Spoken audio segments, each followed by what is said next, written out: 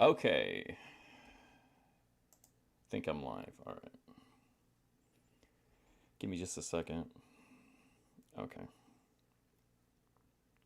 Good morning. Welcome to the show. Good morning, Grace. Grace is live right now. If you need a Grace fix, she's talking about the election, which I can't imagine a topic I'd like to discuss less today. How's it going, Bong Ripper? And her future schemes. So that's something. What happened in Thorpe World yesterday? Ruby, I did not watch the streams, but I did see recaps. And I guess she had a couple crash outs, deleted the streams. Grace and Ben did a stream.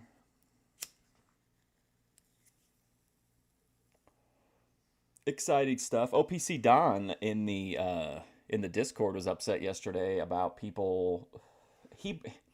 I don't really understand why. Maybe it's because I said I was going to do an e-girls show this week, maybe. But he went in the Discord and was like, even if everything is true about me, am I any worse than Mark Fusion? He admits that he goons to e-girls all day. And it's like, bruh, I'm not out here with 75 different YouTube streamers trying to run their businesses, trying to meet them in real life, trying to riz them. Like, come on, Don. And I'm a big OPC Don fan, but come on. Hey, South to West, Ben's new lawyer is a black lady from Africa. Is that really true? That's pretty wild. That's all the news I can really remember in Thorpeland. Provo streaming this morning.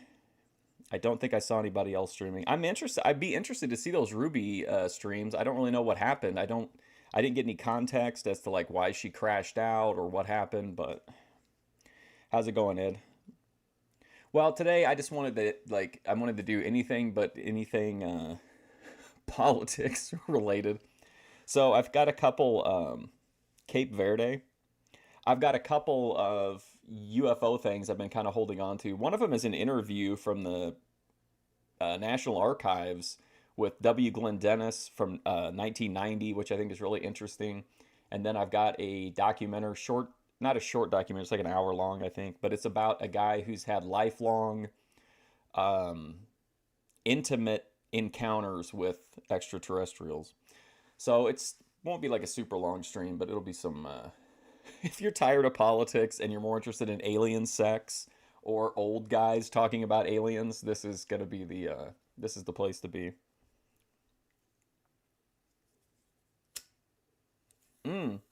I did notice, like I said, I didn't get a chance to see it, but I did notice that the title of Ruby's stream before she went live, like when it was scheduled, was something about raising money for their Las Vegas trip, so I guess that's still on. Anyway, let's get started. This is November 19th, 1990, W. Glenn Dennis, and again, this is from the U.S. National Archives page, which has, if you're interested in UFO stuff, it is packed with good stuff. Great, like, vintage interviews and stuff like that. So anyway, here's W. Glenn Dennis being interviewed in 1990.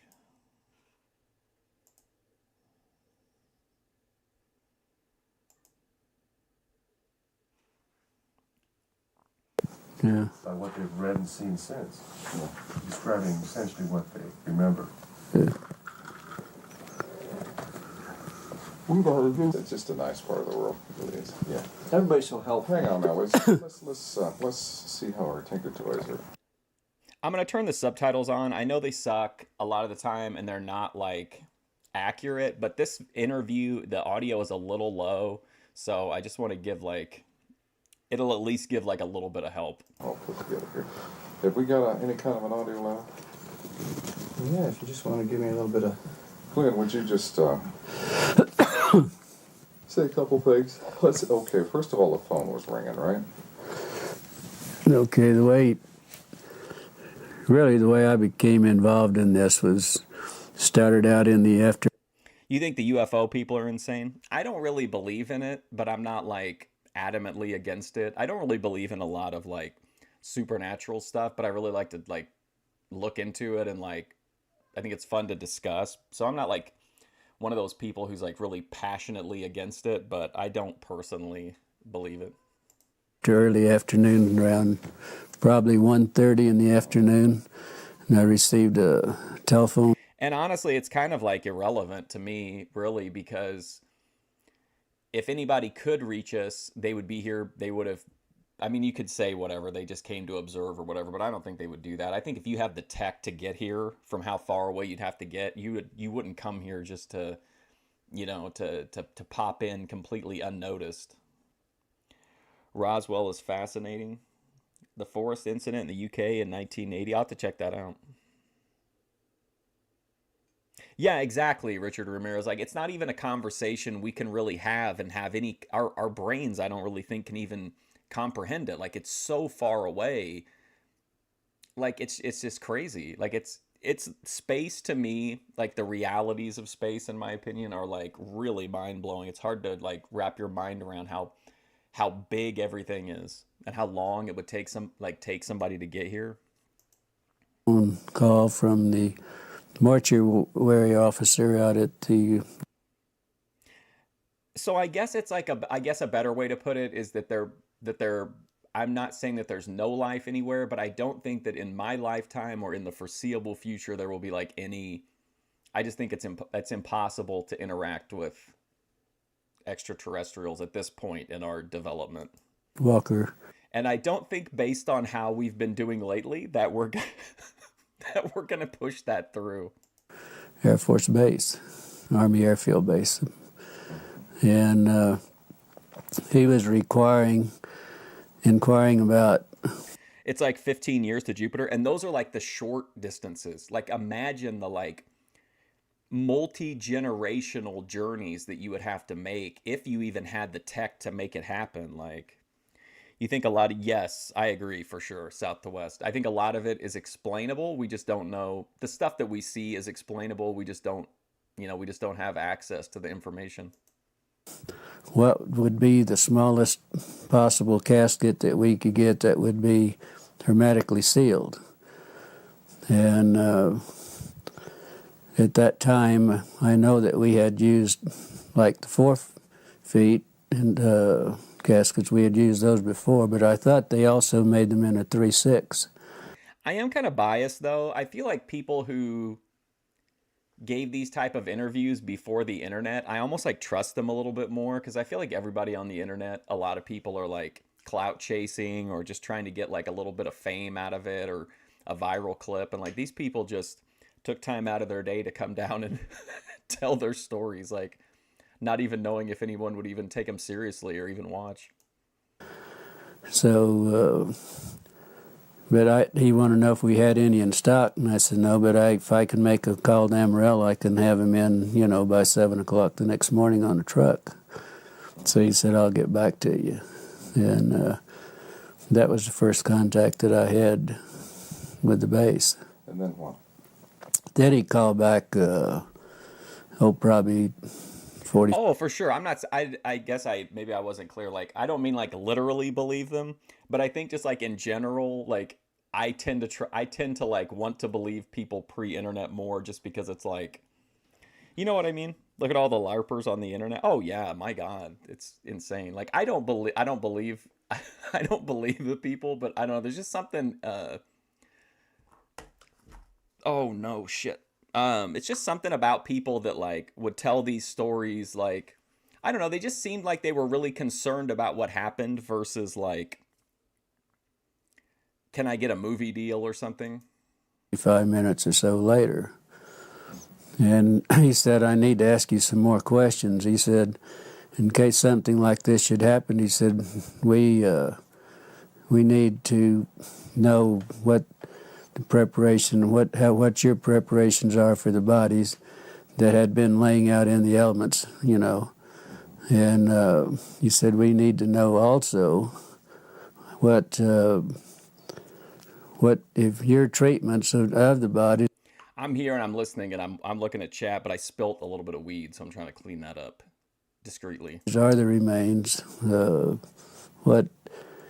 Oh, for sure, yeah. I mean, we even see that with like serial killers taking credit for like, crimes that aren't theirs. Could you do to them, and if your treatments would it change any of the chemical breakdown of the tissues, the blood? Would it make a difference? And I said I thought probably it would.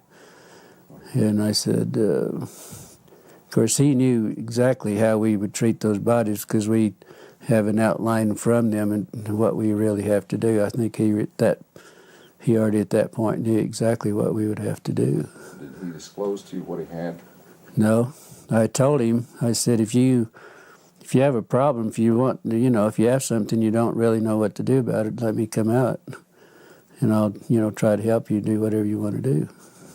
And you said, And he said, So they contacted this guy to build the smallest possible, I get maybe not smallest possible, but like a small hermetically sealed coffin.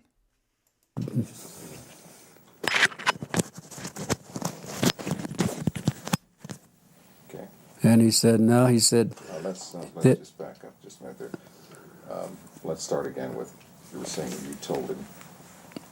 Isn't that how it is though? People want the attention and they want the money, and then when they get attention and they get money, then like all of a sudden like those things are those are the things that are bringing their life down. It's like, no, you said you wanted to you wanted to get your opinions and your stories out there, and you made a bunch of money off of it, and now you'd like to you'd like to have all the positives without any of like the drawbacks to that. That you can come out and take care of what he had, right? yeah. Why don't you pick it up from that point again? So anyway, he said, well, we don't really have anything. He said, we're sitting here thinking in case we should get involved in something like this, what would be our preparation? What should we do? Then I went through. I said, do you really want to know how we would do it? Well, yes, we would like to know. So that's when I explained to him that we would have the vats that we would fill up with formaldehyde solution with water, and we put the bodies in them, let them stay there. It's a grift. You don't know how people don't see it. I think part of it's because they want to believe. I think there's a lot of people who don't like Earth or don't like the country, don't like their lives, and so they think like, oh, if there's something like, well, I mean, I'm not trying to badmouth religion or anything, but I mean, it's a similar concept, right? Like my life here is not what I want it to be, but when I get to, the other side of the comet, everything will be fine. Or if the aliens will come and pick me up because I'm special and I'm unique. I think people tend to think that like a grift means that like they're trying to take your money, and that's true sometimes, but a grift just means that they're conning you, they're scamming you, and they can con you for attention, they can con you for press time, they can con you for a platform. There for 24 hours and then take them out, and then we would pack the bodies in would be a sawdust and really a lime, what we would pack them in, then wrap them in the plastic. That's bodies that were badly decomposed. If there was tissue, deep tissue, we would have to do it hypodermically with needles to get to the Sorry, I spilled a bunch of weed. I'm trying to hurry. deep tissue. Then we would have to aspirate the cavities if the cavities hadn't already ruptured, and then put some cavity fluid in those. I said that's, kind of normal procedure. Now, at one point, you finally offered to take care of it for them. Well, I offered 2-3 times, yeah. Can you review what that conversation at that point? You mean when I offered to take care of them? Yeah. He said, well, You don't see any evidence of like alien technology anywhere. Yeah, there would be like, I mean, I could be wrong, and I guess the theory behind it could be like, oh, well, they're incrementally helping us so that it doesn't get exposed. But I think in reality, if we met with a species that had the technology that would allow them to like FTL to us, basically, like, or FTL to us, like, why would we turn down the ability to have that technology? It's literally species changing technology. You know what I mean? Like, it just seems weird that if they were here and because they have to have, I mean, if they found us, they have to have it just technology that's we can't even comprehend. But like they're not sharing it with us, or if we found pieces, whatever, we're not seeing any like big jumps about it.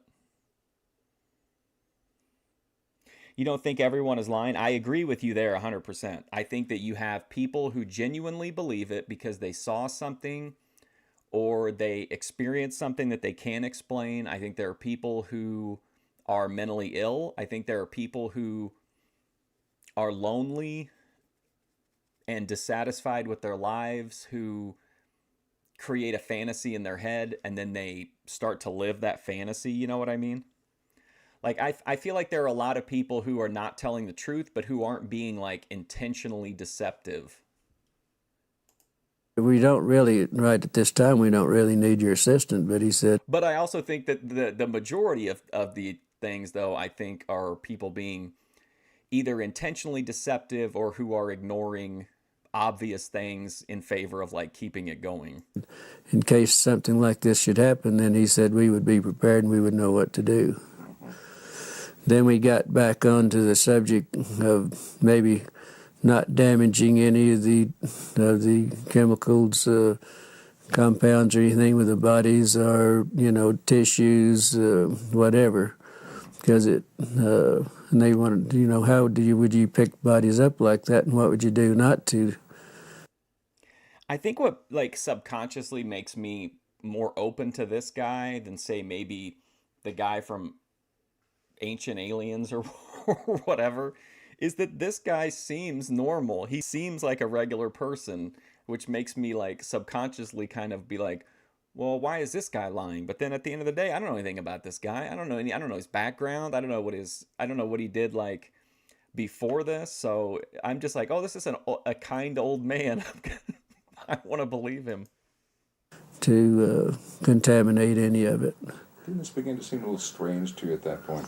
Well, I thought maybe what happened, they might have had a VIP or, Where's the physical evidence? It's all hearsay. I think they would most of them would probably do the same thing that like people who hunt ghosts would do, where they're like, oh, well, you're seeing the evidence right in front of you. The stair creaked on its own. The door closed on its own. Like, or the temperature dropped by 10 degrees when we talked about, a lady that died in this basement or something. They think that's enough like physical evidence, but I don't think like your average person would. But I think if you told them like, hey, there's no physical evidence, they'd be like, oh, well, look at this unexplainable orb of light here.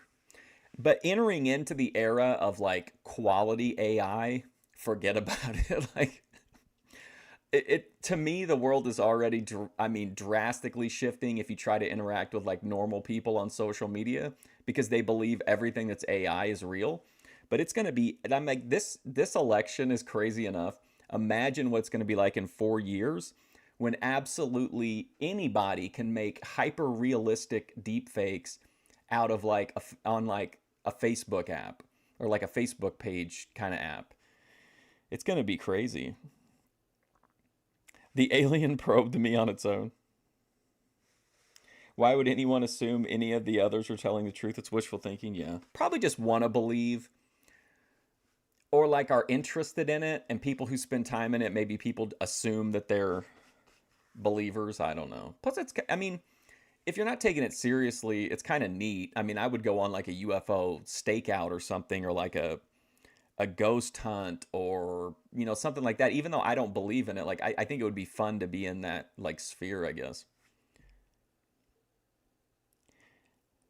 You're pumped for another Trump presidency? It's going to be crazy. I just think no matter who wins, no matter what the margin is, it's going to be a crazy couple days, I think. Some officer and something that happened.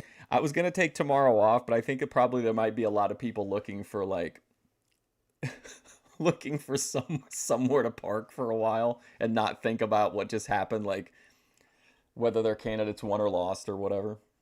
Might be a good day for an e-girl episode. They didn't want, wanted to keep it quiet, and they probably wanted to do it themselves, not be involved with the civilian businesses or anything. So, after these conversations, you were curious, and you went on out to the base, as I understand it. Can you review that? Well, no, I didn't go out to the base. Yeah, I was curious, but I didn't go out to the base, and probably a couple hours later, and I'd got an emergency call. There was an airman that was injured in an accident. And I took the airman to the base. He rode in the ambulance with me, and I took him out to the emergency room. And that's the way I became really involved out at the base. I didn't go out just because I was curious. Give me the sequence from the time you picked up the airman and just describe to me. Well, when I got the call, I left the funeral home and the ambulance went to the scene of the accident, picked the airman up. I did not place him on a stretcher because he had a head injury in the nose. I think his nose was fractured. So I did some minor first aid, and then he sat in the front seat with me all the way to the base. When we got to the base, then he walked into the emergency room. I didn't have to take him in. They didn't bring out a gurney or anything. He just walked in on his own. Okay, sorry about that. I think I've got it cleaned up about the best I can do. So I'm back. I'm right here with W. Glenn Dennis now. Does the fact that he uses a initial as his first name, does that make him more or less reliable? Like, that seems trustworthy. W. Glenn Dennis. That sounds like a trustworthy guy.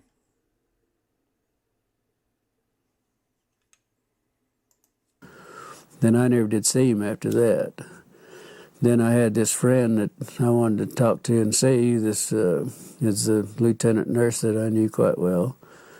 I bet the debate channels might be making bank today if they booked their content right. That had only been there approximately, only been commissioned and been out to sign. This was their first assignment to the air base, and I wanted to talk to her, and so this.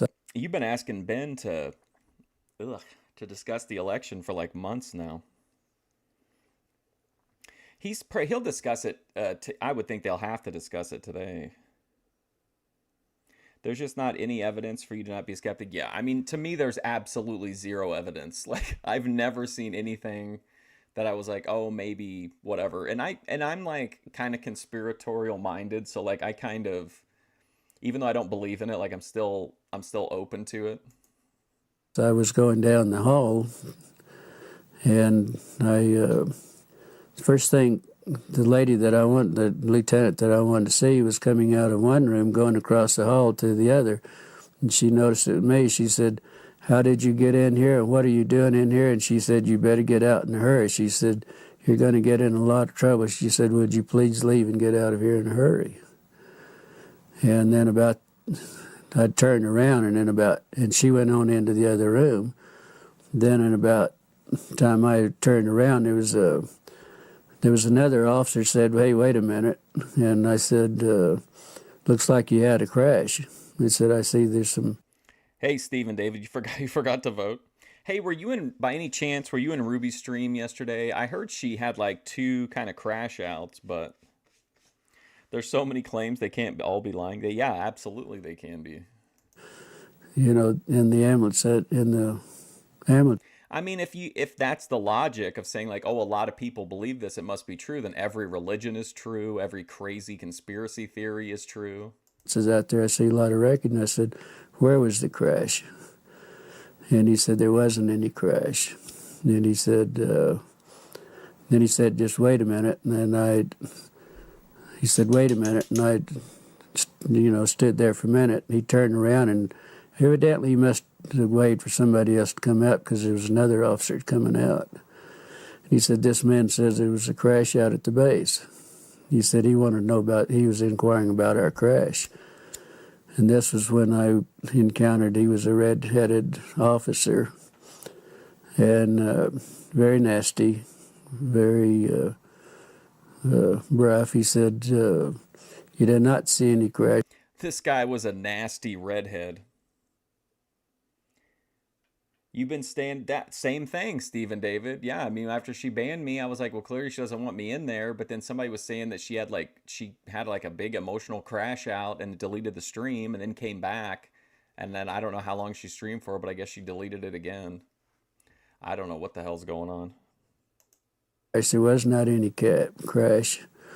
Does anybody clip Ruby anymore? I never really felt like I saw anybody clip Ruby besides me. I mean, obviously Grossly made the documentary, but I don't know if anybody does like day-to-day or like weekly updates or anything. Something strange happened in Roswell. The military response kind of convinces me of this. Maybe it was like a different faction of government that was running like a test, some kind of like test drone or something. And he said, you get the hell out of here and you didn't see anything and you don't talk to anybody. He said, you're going to get in a hell of a lot of trouble. And I said, look, I'm a civilian in the damn thing. She thinks we're all grace simps, and that never. She's a grace simp. Like she's a grace simp in a not in a financial way, but in like an attention way of wanting Grace, wanting to be around Grace, wanting to know what she's doing. She's absolutely a simp, which is fine because Grace is my favorite YouTuber, so I understand why Ruby would like her. But like, I just feel like a lot of people who got banned were, even if they weren't like positive toward Ruby, they certainly weren't negative. You know what I mean? It's just weird if you're having trouble with toxicity and negativity in your chat, in your community, why would you get rid of anybody who's a positive presence there? Thing you can do to me about it. He said, no, but somebody might be picking your bones out of the sand. That's when he made the remark there. Well, Richard, if you tell people it's a weather balloon, that's going to get all the UFO people, oh yeah, weather balloon. It's always a weather balloon. And like a lot of the time it is. So it's like a lot of times it's provably a weather balloon. Then there was a black sergeant that was standing beside him. Wow, he had to make sure we knew the race of the officer. Wow. And he said, yeah, but he would make better dog food for our dogs. Of course, I didn't understand that, but my father happened to be an old trapper and for a hobby and everything. And I said, my father uses guys like you for bait in these coyote traps. And then there was two MPs that joined me right on, took me outside, and each holding me by my elbows, and they escorted me out to back to the ambulance. So this guy's in the base. He's feuding with all these people. The black sergeant tells him he's going to make dog food out of him. So he gets into it with the guy. They remove him. This guy's a real character. Followed me all the way back to the funeral home. Now, as you were entering the hospital, you saw something in 3 trucks. Yeah, because usually where I parked, there was 3 field ambulances parked in the area where I usually park, where we back up to the ramps. So I just pulled up to the side in front of those and parked out in the front, and the airman and I got out and walked in. So when I got up, went up the steps and up the ramp, and I was walking, going into the emergency room, I noticed that the doors were open, but what was odd about it, there was an MP standing beside each one of the vehicles in the back, just standing there. And the doors were open. Naturally, I was curious, and, I just happened to look in. That's when I saw some debris that looked like parts of a plane or something that they hadn't had a crash. Because I've seen them do this a lot of times, bring in pieces and the old ambulances in. Can you describe the debris? Yeah, I noticed in 2 of the ambulances there was some debris that was probably 2.5 to 3 feet, long and probably high, that was propped up on the side of the ambulance there. They were kind of in the shape of maybe like a half a canoe. They were like the front part of a canoe. And, it looked like it might be aluminum, but it looked more like the metal looked more like stainless steel that had been heated. It was blue, kind of a bluish tint to it. But what was odd about it, it looked like around the curved part in the front of the canoe, there was some designs or something. It kind of reminded me of maybe some Egyptian signs or whatever. And it was probably about 3 inches. So the ship the debris is canoe shaped and like bluish tinted stainless steel. And it has what looks to be like hieroglyphics or something on it. That's really weird. And canoe shaped. High, and probably the length of what the wreckage I saw, it looked like it was the length. And the same thing was in the other ambulance too. I mean, I saw practically the same thing. The pieces that were practically the same size, and the insignias looked like whatever that might be was part of the wreckage. How did your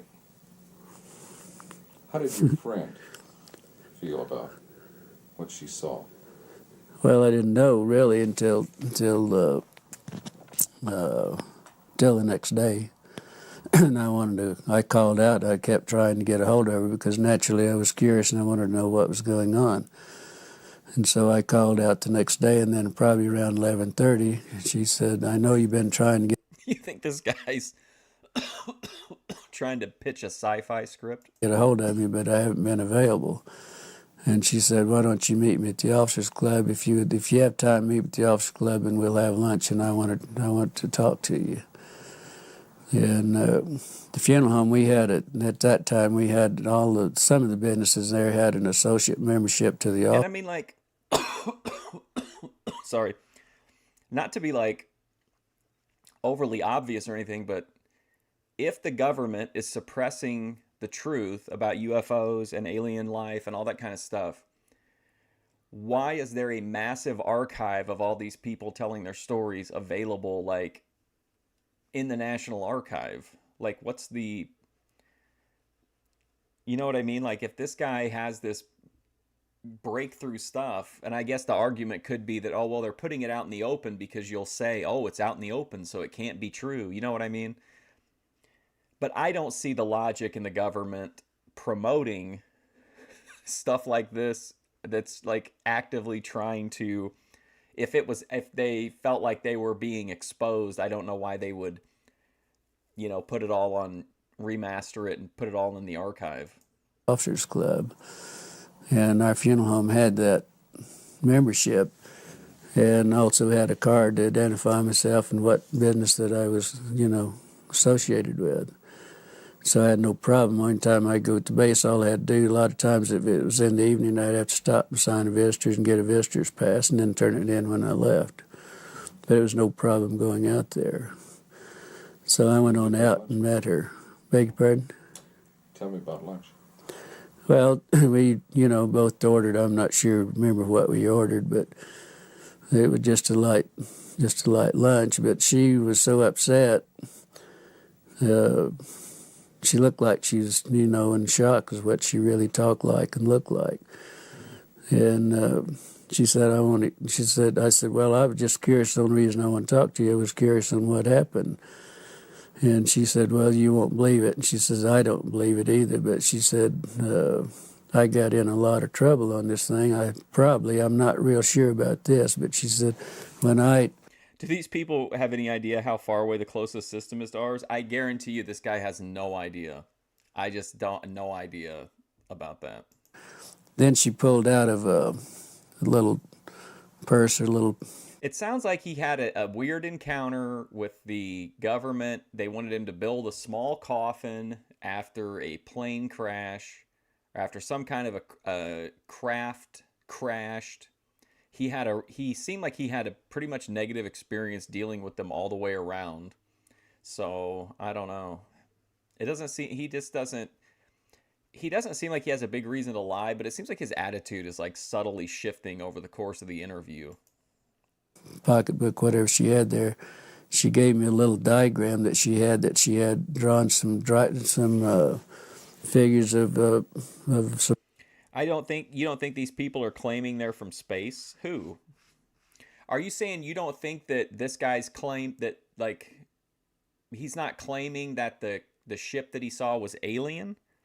I mean, this is of the Roswell incident, I think. I think this is this guy sharing his memory of, like, firsthand accounts in Roswell. I could be wrong, though.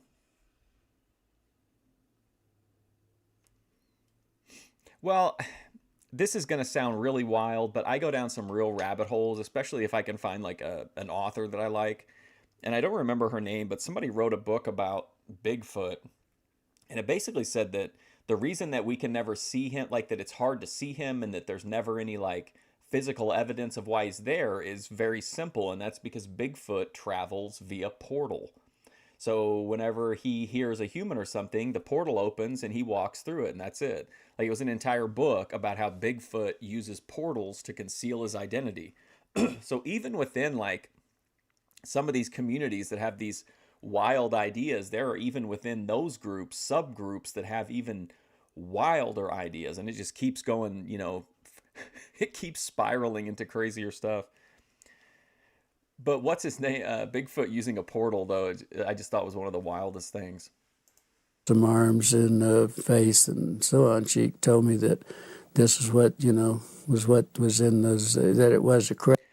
Okay, so South to West, you're saying that you think this guy is not making it, he's just making a case that he saw some weird shit, right?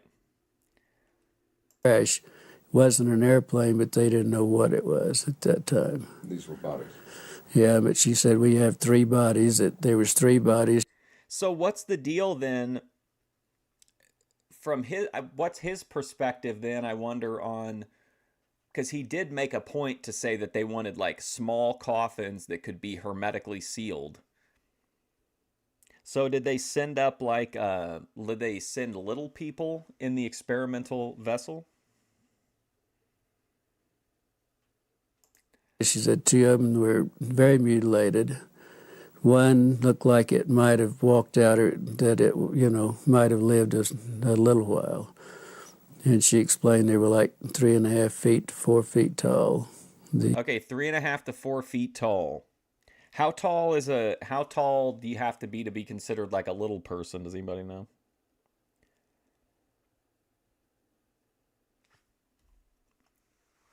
You theorize that they have some kind of cognito effect that messes with people's minds and messes with their recording equipment. Full cryptid code. Like, to me, that's at least it's an interesting theory. Did you ever see that movie? It's called Frailty. It's got Bill Paxton and Matthew McConaughey. It's like two sons, and the dad believes that he's like ordained by God to raise his two sons to kill evil in the world. And it's really like heavy into like religious trauma and stuff like that. But in the story is really good, and it's really creepy. And they have a weird thing where, like, because they're like under the hand of God, whenever they walk past like cameras or whatever, like the camera will fuzz out, and like people can't remember, like, yeah, somebody came in here, but I can't remember what their face looked like. You know what I mean? Like, they had that weird, like, an aura effect on people in that movie. So that's kind of a neat concept. The two of the bodies were you couldn't identify much because they were practically destroyed, and it looked like.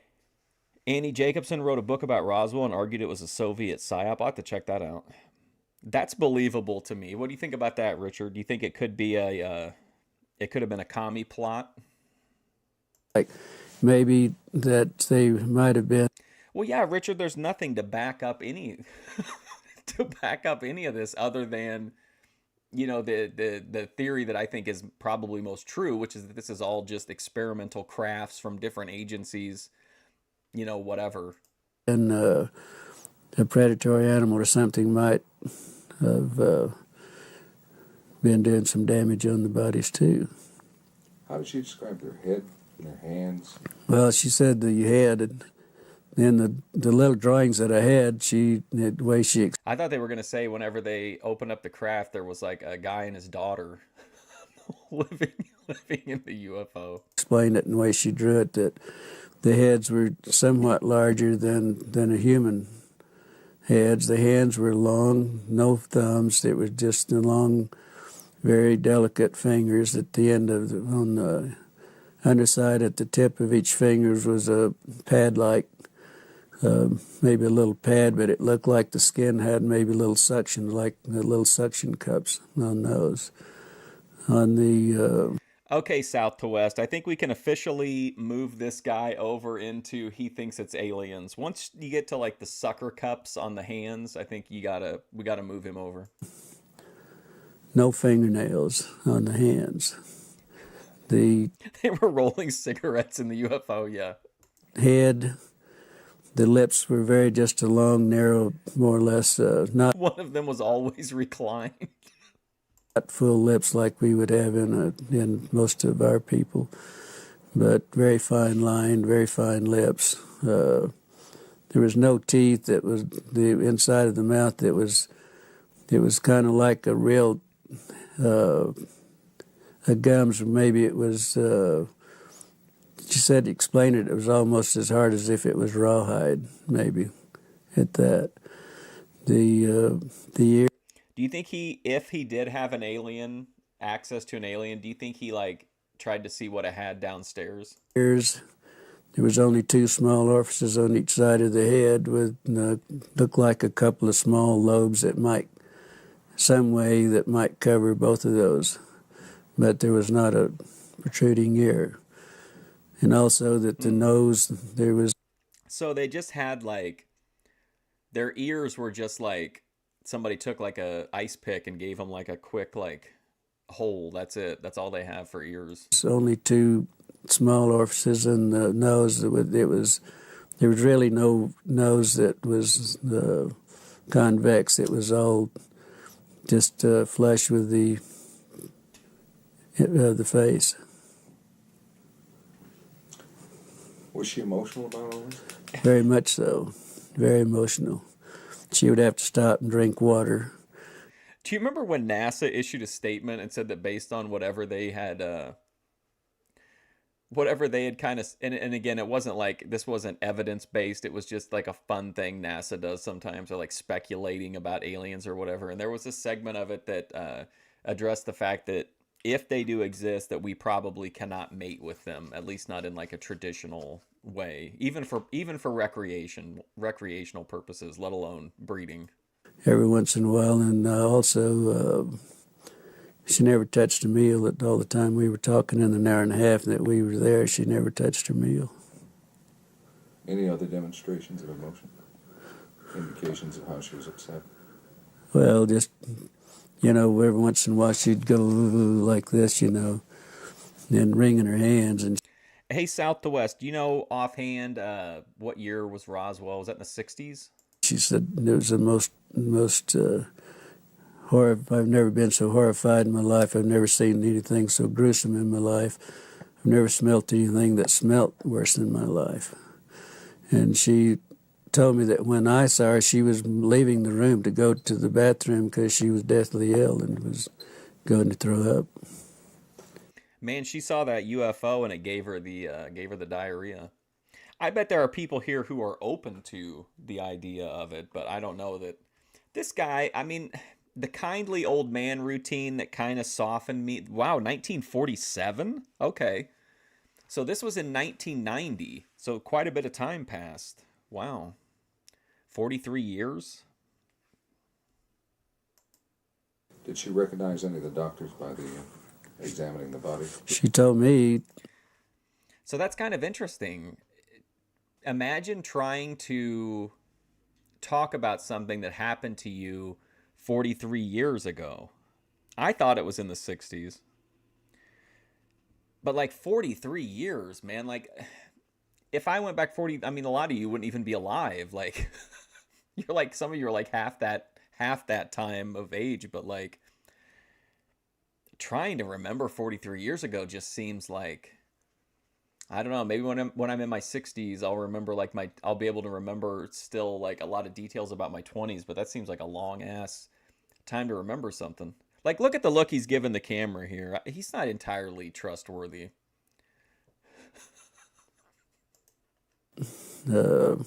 She said, I asked you that question. He's the kind of guy that if he mows his yard and you don't mow yours, the next day he'll take one strip out of your yard, like to send a message that like, hey, time to cut the grass. Which to the doctors, and she said, I don't know that I knew them, and that was her answer. So, but she said she walked in the room and they said, hey, we need you, you need to help us. And that was the way she became involved in it. And then she got ill. The doctors also became very ill. They would have to do a little examination, then they'd have to leave and go sit down, and then they would come back and do a little bit more. It was that bad. After your conversation, I feel like how most people would think like seeing an alien. I feel like that's how I feel whenever I'm like in the presence of like a weird animal. If you go to a zoo and see a hippopotamus, to me it's like almost hard to believe that it's real. Like it's just such a strange thing. Like I don't know if I would how I would react to seeing an alien, if I would like, I don't know. It's a weird concept. I guess it depends on like how they matched up with like my perceptions or whatever. with her at lunch, can you describe? What if the aliens have like that dolphin sex jelly secretions that that female dolphins have? The like orgasm jelly. What happened next? How you were unable to see her again, and how you learned the. Well, yeah, we'd visited a while, and Maybe it led to the Cold War era. If it's a Russian psyop. then I had to get back to the funeral home, go back to work, but then I never did see her after that. And I called out the next day to see how she was feeling, see what, and they told me that she wasn't available. Then When you see one, it makes you poop. That's not a super desire. Like every time you see it, or just the first time. wouldn't be available that day. I called the next day, and they told me that she'd been transferred. And it was rather odd because she'd only been at the base less than 3 months. That was her non-commissioned less than.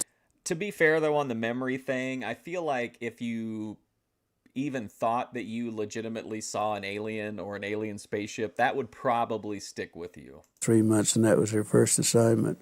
So it was rather odd that she would be transferred out, within 3 months. So Later on, you attempted it. I guess you got a letter.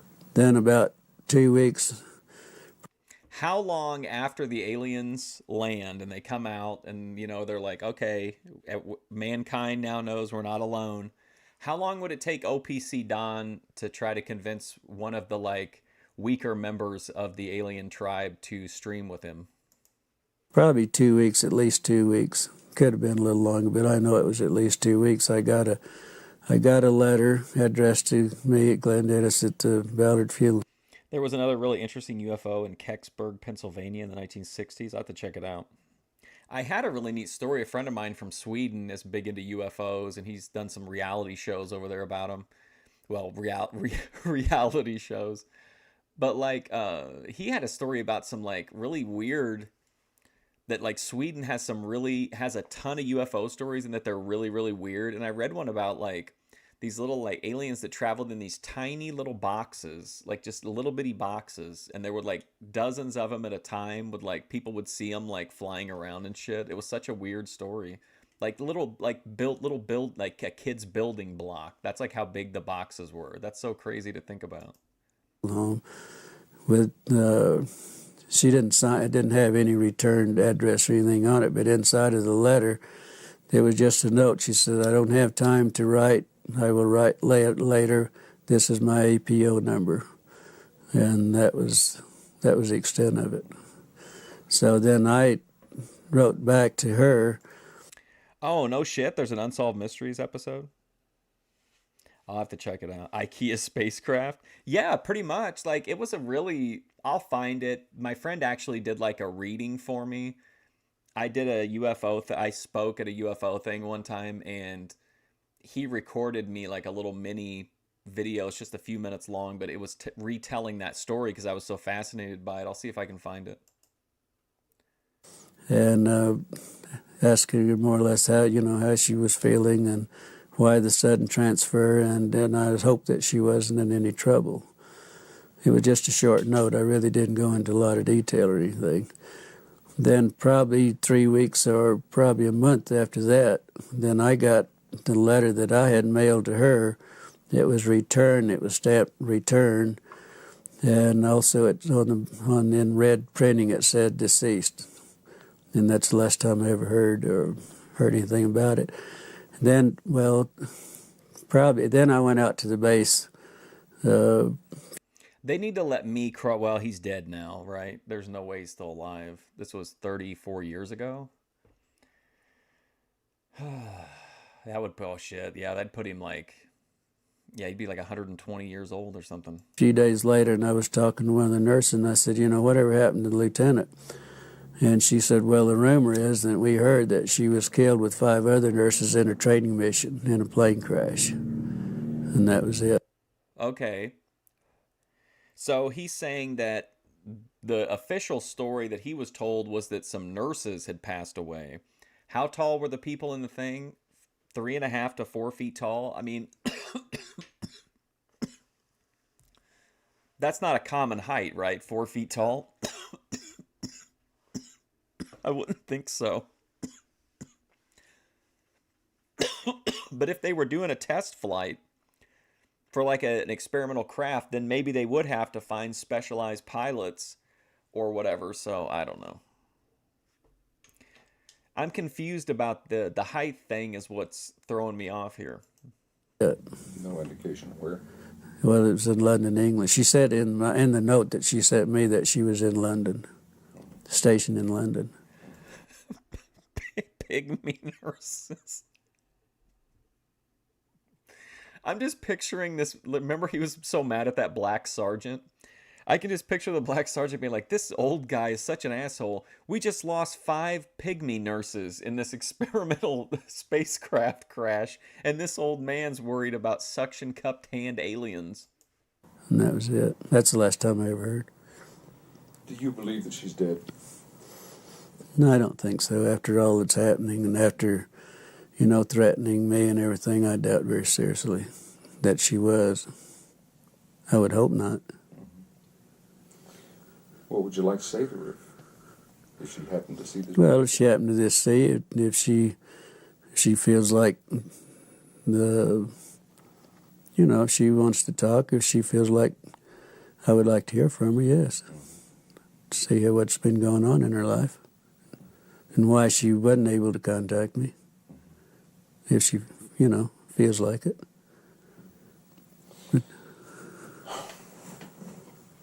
Let's stop tape for a minute. Is this just really kind of a really convoluted, weird Craigslist missed connections video?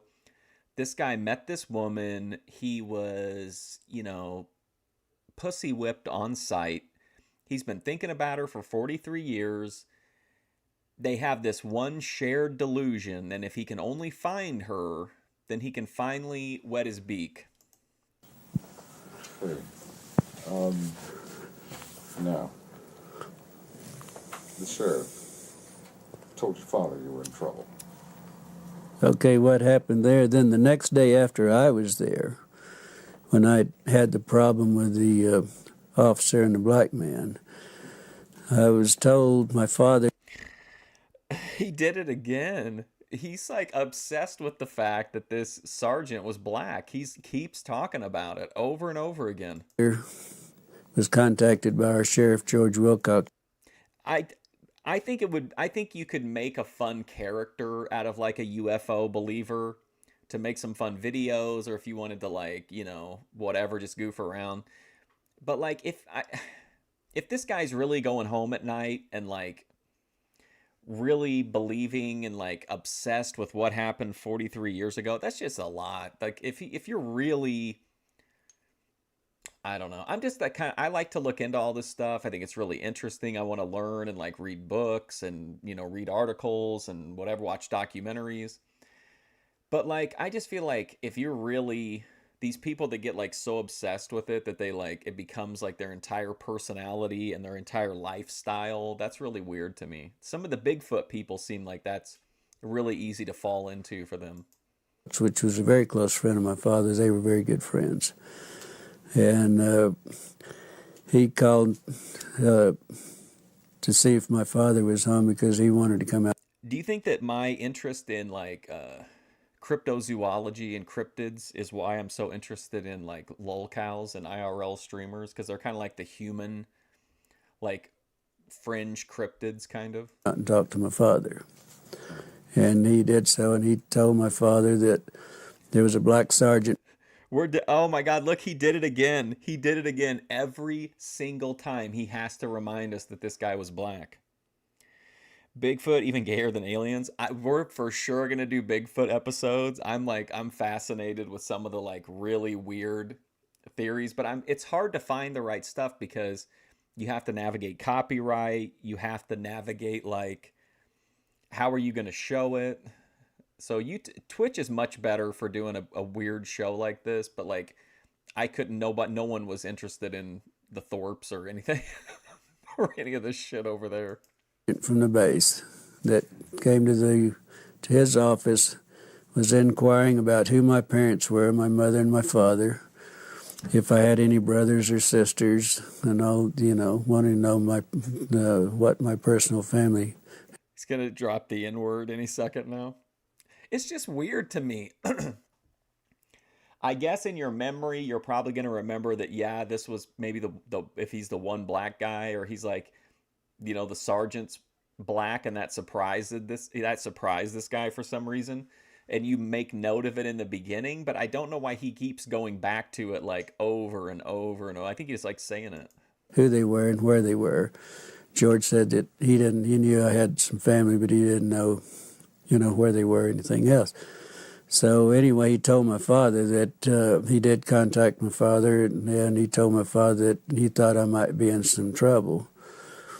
And but he didn't. They evidently didn't explain why I was in trouble.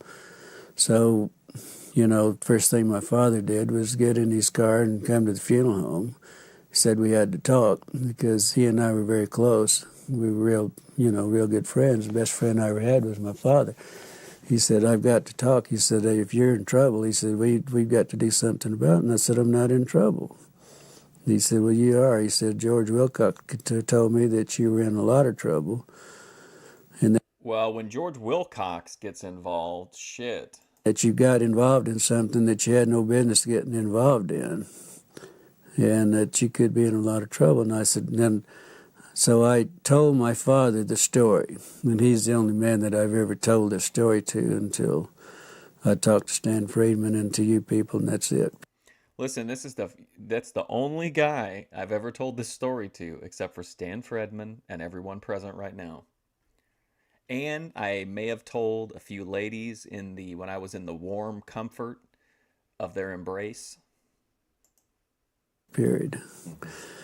And I did tell my father what the story was. Of course, it was.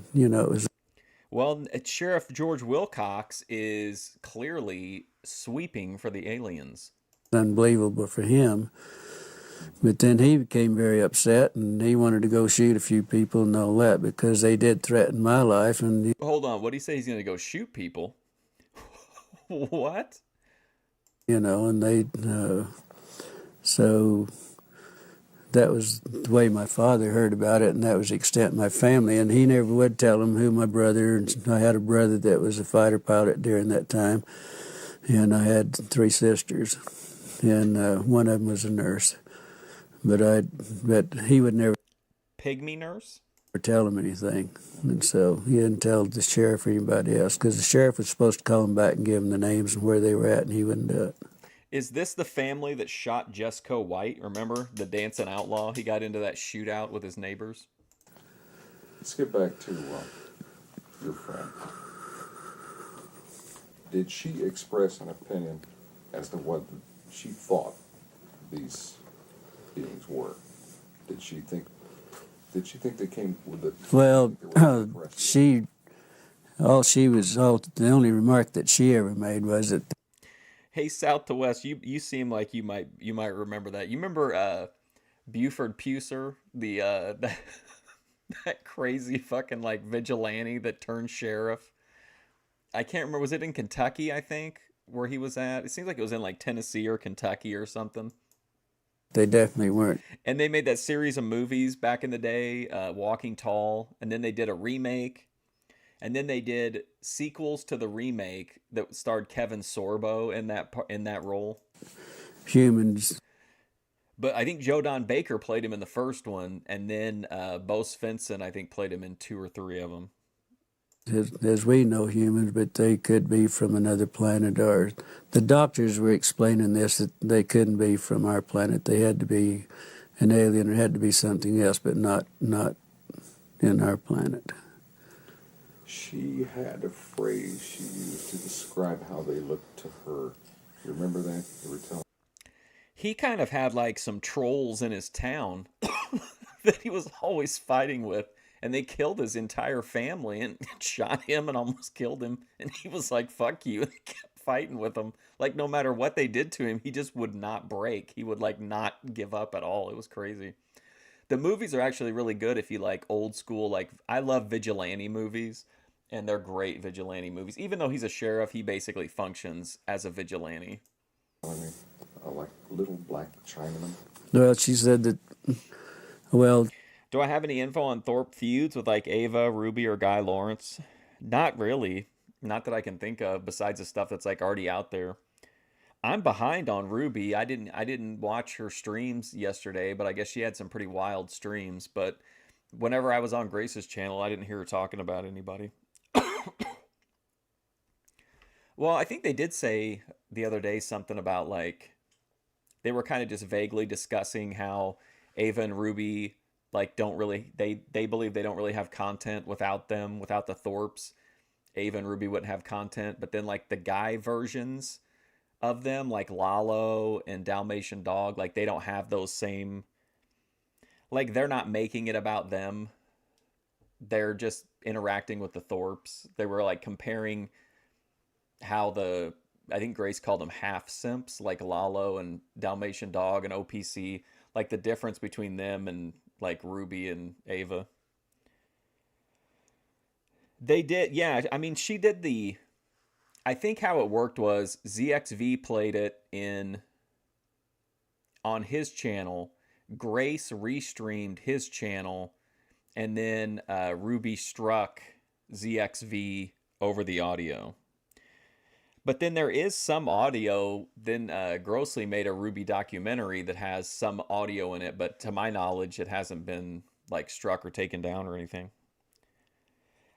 Grace has basically turned the Ruby experience into this new arc called Ho Logic, where she basically like sex shames other women and like criticizes their behavior. Of course, they were, first thing she said they were black. They were just as black as they could be, but probably laying out in the elements in July in Roswell with 105 to 110 temperature every day and 80 degrees or so at night. I mean, that wouldn't be uncommon because we picked up a lot of. I don't know anything about what's going on with Ava. I know Ava did a reaction video to one of Grace's Ho Logics, and basically said like she was done with the Thorpes until they got a new gimmick or something. But then she was trying to get Ben to come and meet that. I don't know if you know that family that Ava's involved with on TikTok. It's a weird TikTok family. So she reached out to Ben over that, tried to get him to come on for that. And then I saw her in the chat yesterday, but she was basically just like trying to like say Grace didn't have very many viewers. So, but I don't know what's going on feud wise there. I think the Vegas trip is still on the table for that group though, like Ruby, Ava, and whoever else. Sheep herders of people that have been found dead. Okay. Here you go. Here's something. According to the Discord, which I can't verify this, I didn't see Grace say it on stream, but apparently with that big Vegas trip coming up, there's like a Thorpe victim group going out to Las Vegas, like Ruby, Ava. I think at one time like Radio Foreman was gonna go. They were talking about meeting up with maybe Hormax or Prancess, some of the maybe Josie. I don't remember for sure. They were just gonna go and have like a Thorpe a Thorpe op party. But Ruby Stalker is now a regular in Ben and Grace's chat. So like he's also coming on their streams a lot. He's been doing like Discord, Discord voice chat, video chats. From what I've heard is that Grace and Ben supposedly were going to meet up with him and then go to Las Vegas. I don't know if that's true or not, though. That's just what I saw in the Discord a couple times. Have I ever heard of a TLC special called My Husband's Not Gay? Oh boy, no, I haven't. It's a TLC show? That might be tricky to get, but I'll definitely try. Sounds strange to go to Vegas about the Thorpes. I agree. I mean, going to Vegas sounds great. Go and hang out with like your friends and have fun. I would just leave. I would just leave the Thorpes out of it if you're mad at them. How much fun are you really gonna have if you're always focused on like, other people? That's laying in the desert, for days and bitten by rattlesnakes or whatever, and they do turn, as black as they can. And I know exactly what they were talking about with the smell and the odor being so drastic, because this is a very unpleasant situation, And Let's talk about their eyes. How did she describe their eyes? Well, she said that, of course, their eyes were set back into the skull. Oh, and it was Oh, I guess just while I'm thinking about it, I guess the process we had talked about yesterday, process debating Andrew Wilson, and I watched a little bit of it, but I guess it didn't really go too great. But if you're interested in seeing that debate, check it out on Process. Probably has it the VOD on his channel. it was a remarkable. I thought it was interesting also that she said their skulls. The doctor said their skull bone structure wasn't like ours. It wasn't actually a bone.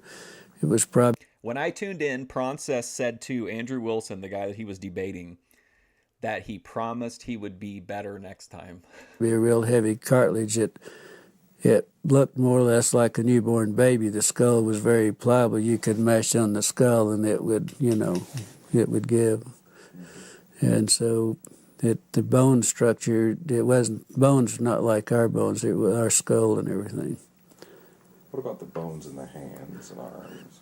He said very fine, very delicate. The arm bones, like the radial and the ulnar and in the arm, that was so fine that he doubted if they could lift, she said they doubt if anyone at that size and the arms at that could lift 50 pounds on the earth or anywhere else.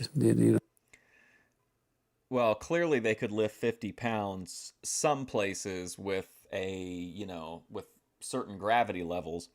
Do you think the reason, like, and I'm talking about kayfabe here, I'm not saying I don't believe that this guy's story, but if he were to be telling the truth, and the aliens are so physically weak that they couldn't even lift a moderate amount of weight, do you think the reason they don't need that physical strength is because they have like some kind of like telekinetic powers or something like that would get like move shit with their mind? They doubted they had that strength. Or do you think the plan is just to enslave humans and have them move the heavy shit? But she said the one that hadn't been mutilated to a great extent, it reminded him of a real small ancient Chinese person, no hair at all, and very, very delicate skin. In fact, he said the skin would look like they could almost see through it, almost transparent. Why don't you give me a paragraph on the ears and the nostrils? Well, the ears, like I think I stated to you, that the ears, there was a couple of small orifices, one on top of the other, with two little lobe flaps, This guy really likes to say small orifice. one over the other. They didn't really know how those, if they had any significance, how they worked or what. They didn't go into that. The nose was only a couple of very small. Has Ben ever given his opinion on extraterrestrial life? As odd as it sounds, as much time as I've spent listening to Ben, I think I've only really heard him talk about like a handful of topics, as strange as that is.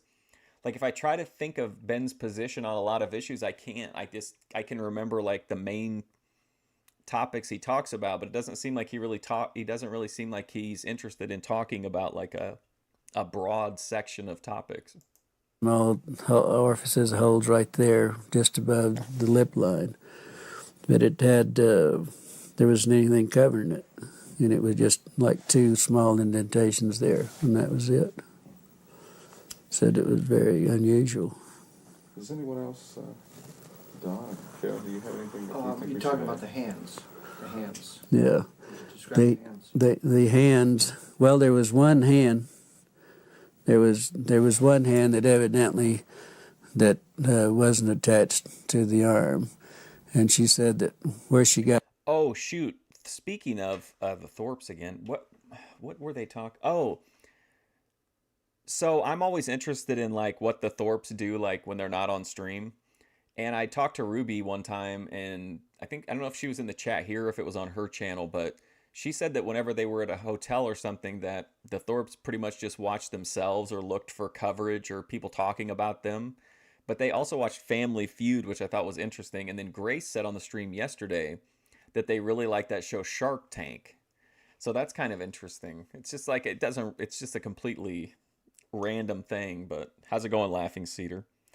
So if you're with the Thorpes, they're going to want to watch either themselves, Family Feud, or Shark Tank.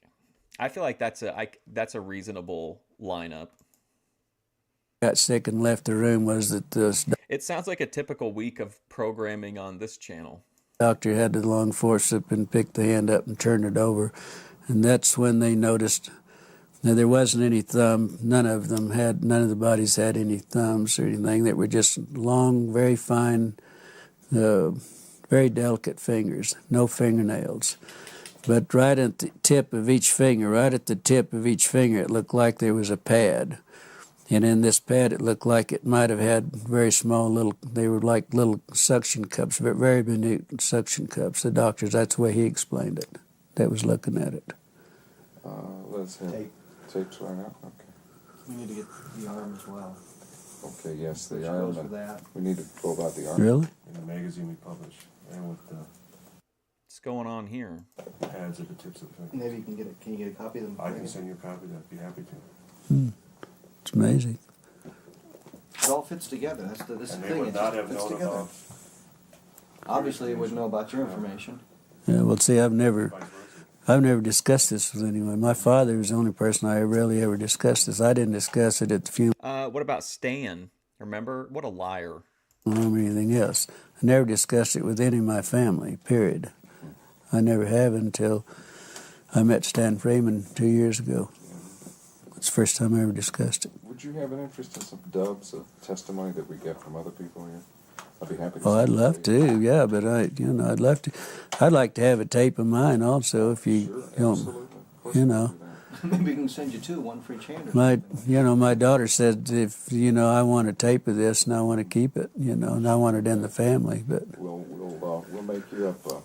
yeah, I would love to, whatever. If you guys feel comfortable, I'd love to, have some tapes of whatever, Absolutely. I We've would. got quite a few that we could probably run off. What Well, you have VHS or Beta machine? You tape them? I'll see to the. Asking about VHS or beta in 1990? That's kind of interesting. 1990 for Betamax? That seems late, but I could be wrong. Maybe it was still around, so he's just, even though it's like obsolete or dying, maybe he's just asking because this guy's kind of squirrely. We get some dubs of other people's interviews. I just go to Kmart or wherever and buy the. I think we have the tape going now. Why don't we start with the? Well, he talked about the hand, so for continuity, it might be good to go to the Oh, arms. this will all be edited anyway, but we can start wherever you like. You want to go with that? Let's start with the arms, okay? Anytime. Oh, forget the camera. Seeing if he was ready. It's not there. Yeah, It's not there. that's all right. But you were asking me to describe the arms, and this was another thing that the lieutenant brought out, that it was very the difference between theirs and ours, that from the wrist to the first joint here, that it was probably 1.5 times longer than the top part up here. It was very odd looking. It was very odd, she said. And the very small arm. So did this guy did not actually, he saw firsthand with his own eyes the pieces of the ship, but he did not actually see the alien with his own eyes, right? We're relying on the woman that he went and had the light lunch with. Arms, very small.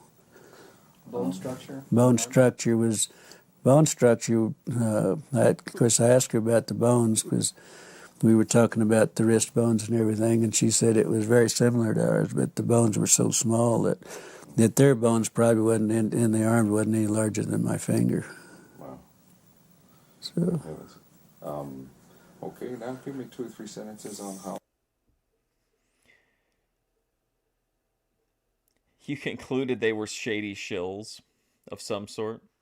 I've been wanting to do a UFO episode, and there's actually it's like an interview / documentary with some like weird reenactments in it, but it's really difficult to find. I can't find it anywhere online because I don't actually know the guys.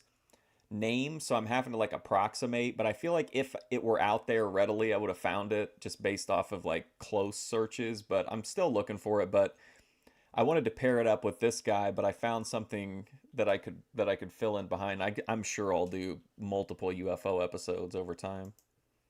How they were dressed, if they were dressed. We never mentioned it. Is that right? Never talked about the dress. Did she say anything about sex, or was she able to determine? She said she really never, she was so sick and everything that never even entered her mind. So that was it. I guess not. No way to determine the sex of the beings then. Well, it, Oh shit! Also, if you like crash outs, Lol Cow Live last night. Well, it's members only. It was a members only stream. Shit. Somebody came in and like really soft trolled him, and then hit him with like reminding him that he was connected to this person who committed suicide a while back, and like kind of implicated that Keemstar's behavior might have contributed to that. And he immediately spiraled out. He was already drinking, but he started drinking more. He started doing freestyle rapping and emotionally crashing out. The Boogie came on and tried to help him, but then Boogie started soft trolling him too and prompting him to talk about, topics that he knew that Keemstar would like rage out on. It was a really really it was a really interesting kind of revealing episode about Keemstar, I think. wasn't discussed with her. It probably was, but like she said, I was so ill and so horrified I bet Richard Ramirez saw it. I see him in the chat there pretty regularly. that I don't, she said, she sat up all night and she knew I was going to be real concerned, knew I was going to be on what happened, she knew that I got in trouble probably. And drew that, she sat up and made little notes on the back of these little prescription pads. And that's what, she had her notes made out, and that's what we discussed, particularly what she had. I was very interested in that you had kept so many records of the incident and pertaining to everything that you know regarding the UFO crash. And you kept them in the, there at Ballard's, and then later they disappeared. Yeah. Could you give us a well, I was really in charge of all the military contracts. I did all the bids and everything and really took care of all the contracts myself. And that was one of my duties at the funeral home, to take care of the military. And I had a file on everything that ever happened at Walker Air Base, like Bob Hope and some of the big orchestras, and everybody'd come and have the big parties and everything in the hangars, I attended, but I would also have pictures and everything. I had a personal file that I kept, and I kept everything in this. What's this guy humble bragging about beating Bob Hope during a UFO interrogation video? Come on, dude. Come on, W. Glenn. File that pertained that I attended or whatever, and this is where I put the diagrams and the notes that she gave me was in my personal file. Well, then the Ballard Funeral Home sold at a later date, several years later, that it sold. And the people that bought the funeral home, these were files they were the old files that they kept in the basement down in the furnace room. And they had I had all the military files together in one filing cabinet. Everything that happened at the base and everything. We also had the contract at Fort Sumner Air Base. They had a glider base there and all. Project Camelot started off interesting and then kind of trailed into the crazy, stupid, non-legit stuff. Oh, definitely for popularity, Laughing Cedar. I think that's the part of the problem with these kind of topics is that if you want to cover them like halfway seriously, you will run out of content. And so it's like, you don't want to, like, it's difficult because I bet a lot of their audience was like either wanted to believe or did believe in some of them and they didn't want to like let them down. But like you either gotta kind of do the like really shit on the crazy stuff as being really out there, or like you kind of lose your standing as like actually trying to critically think about it.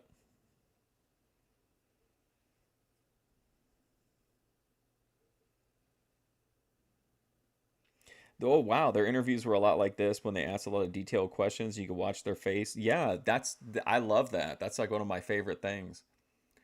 Like the facial reactions, and I even do that during the grace streams. Like I feel like you can really tell a lot about a social interaction by people's body language and facial expressions. Also, fighter pilot training there, and the P-47s and 51s and so on. And so I had all the files. Everything was one Was Project Camelot like a YouTube show or like a on TV show? filing cabinet, was strictly all military. And that's where I had all this filed away. I had all this filed away. I even had the newspaper that Walter Haught, the headlines and all this. The next day I had all that in his files. And what interests me is that out of all these files, Yeah. all these different topics, only one was missing when you went to look for it, and that was the one pertaining to this. Yeah. Can you review that for us? Well, no, there were some of the other files were missing also, not just my own file.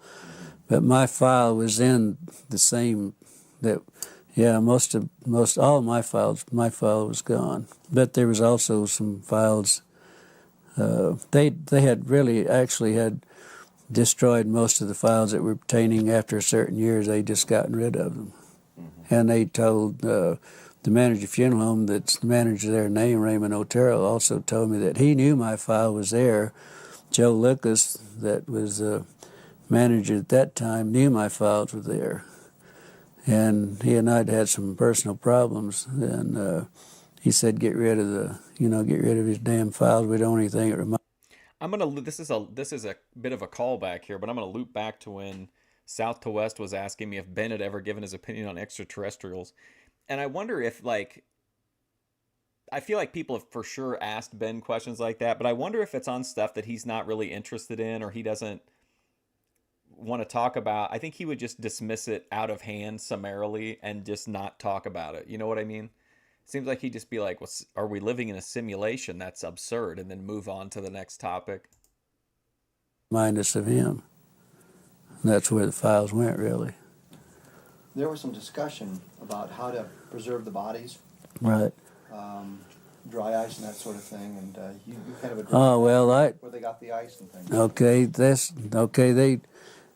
Then the mortuary officer, what would you do if you had to ship one out?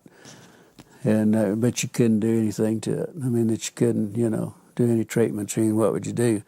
I said the only thing you could do that I would suggest, that first thing, if you have a problem, don't want to destroy any of the tissue, any blood cells, anything that you don't want to destroy, I would suggest that you contact a pathologist. And I said, I'm sure the Army Airfield, somebody's got some pathologists around. I didn't know that they had one in Roswell, but I. Oh my God, you're just grateful Ben speaks on what topics he does address. I don't think we've talked about it in here, but it cracked me up whenever Ben and Grace were having a soft moment, and they were like, you know who doesn't get talked about enough? People like Laughing Cedar and people like South to West. And I was like, oh my God, South to West is gonna, he's completely marking out at Ben saying his name on the stream and glazing him a little bit. I said, if I were you, I'd call a pathologist and ask him how he would like to have it done, or whatever you're going to do, or whatever it is. You better do what the pathologist, because he's the one that's going to do the autopsy and make the reports. But I said, the only thing I know you could do is just go to Clardy's Dairy or Sunset Creamery, we had 2 at the time, and buy all the dry ice you can and pack them in dry ice, if that's possible. And that's what I suggest that they do. Excuse me, Glenn, you're hitting my mic with your Oh, thumb. sorry about that. It's all right. I've done it at least 8 times I already know it's this not week. personal, I guess. No. Okay, what do you think? Yeah, it's especially I think it was a neat moment because it was completely organic. It's not like you donated or you send in a super chat or whatever. It just came up in the conversation organically. I think, as a suggestion, you might want to do that part again if you think you'd like to use it, because The dry ice? you probably hit it just a few times. And it might Oh, sorry about that. Isn't this a picky business? Glenn Dennis, take 2, Clarity Yeah. Dairy. All right. Let's go back and go over the dry ice then again. Well, okay. What I suggested that to the mortuary officer, I suggested this to the mortuary officer after, and we discussed this probably for 20 minutes or better on the telephone. And I kept telling him, hey, if you have a problem, if you got something. This could be completely indicative of how high I am, but when I look at the background behind him, I can't tell if it's like 90s color curtains that would be in like a hotel room, or if it's like a rusty metal shed wall. You know what I mean? Does that make sense? Like a weathered, rusty metal, like that would be on like an outbuilding of some kind. Out there, if you need our services, we have the contract. I would be glad to come out and help you take care of it. And he said, no, this is for future. Kept always referring this was for future use in case we did have something. But then I said, well, first thing you better do, you better get a hold of a pathologist. I don't know whether you have one at the base, but I know you probably have the top pathologist, something similar to those words. And I said, that's what I do, and you better let him give you the instructions, and then you better do what he tells you to do, because he's the one that's going to do the autopsy. And if it's this sensitive, you better do what he tells you. But I said, the only other suggestion I can make, that you go to Clardy's Dairy or you go to Sunset Creamery, buy all the dry ice you can, and pack whatever you have, whatever the problem is. I feel like Sunset Creamery sounds like it would be if I could get like a vape of a weed strain called Sunset Creamery, but then I also think it sounds like a spring break porno. It's either a shed or those weird 90s photo backdrops that also look like curtains or couch fabric. Yes, exactly. And like my brain, I can completely see either of those things being right. Even with this guy's personality, like he could be just sitting inside of his like garage or something, or he could be in a hotel room. That's a really interesting pattern. You better pack it in dry ice and then do whatever you have to do with it, because that's the only way. They tried to put it in the morgue.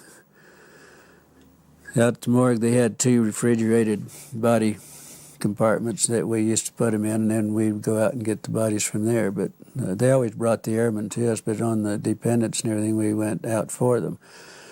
But they weren't cold enough, and it became so offensive, they were afraid they were going to upset everybody in the... I knew people in the 90s who their entire homes looked like this. Like the couches, the floor, the carpet would be like in this color. Like everything was this like somehow offensively neutral thing, but like it would be their entire, oh my God, like the hideous throw pillows and shit. You see a blue dress. The hospital. So they later moved them over to a hangar. And that's the last that she knew anything about him, too. The lieutenant knew anything about him. But she didn't know how they moved it or anything about it, but they were taken to a hangar. Because the odor was so offensive, they couldn't.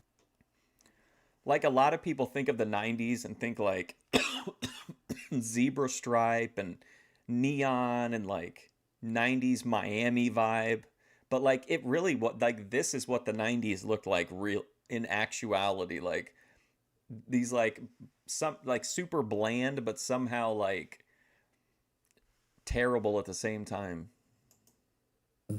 That, like they said, it was upsetting everything. Offensively neutral is a great phrase. That's the only thing I could think of, because it's not, it's just, it's so basic that it's like mentally exhausting. Yes, this is default 90s for sure. You inherited a wedge pillow like this, but it literally looks moldy. But it's this hotel room fabric print. Yeah. That's great. Fantastic. Yeah. Did she ever tell you where she thought or where she was told the bodies went from Roswell? I'm sorry? Where the bodies went from Roswell?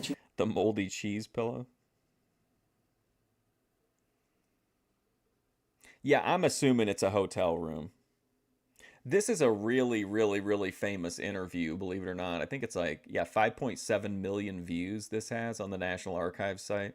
This is like one of the more like talked about interviews. Do you know where they were shipped out? Did you know where they went? She didn't know. She never told me. She never mentioned any, Never suggested them. no suggestion whatsoever.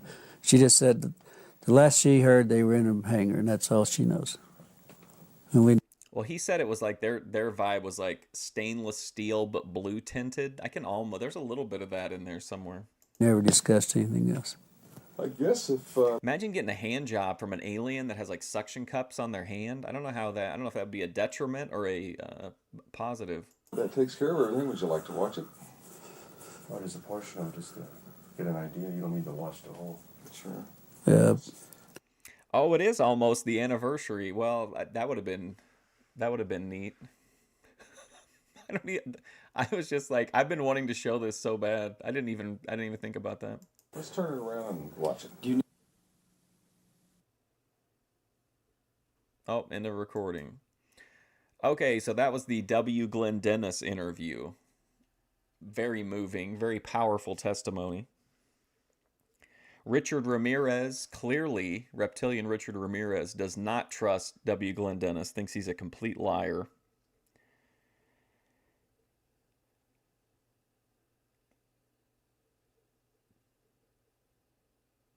All right, so we have one more thing to watch here. This is a documentary about another guy who had, but instead of having like one encounter, he had like lifelong encounters. And I just want to say this, okay? If you are triggered or offended by the idea of sexual congress with extraterrestrials, or like alien sex is just offensive to you, or depictions or descriptions of alien sex, I appreciate you coming out, but you should dip out here. But for everybody else, let's move on to our closer. And like I said, this is just a documentary about another guy that had an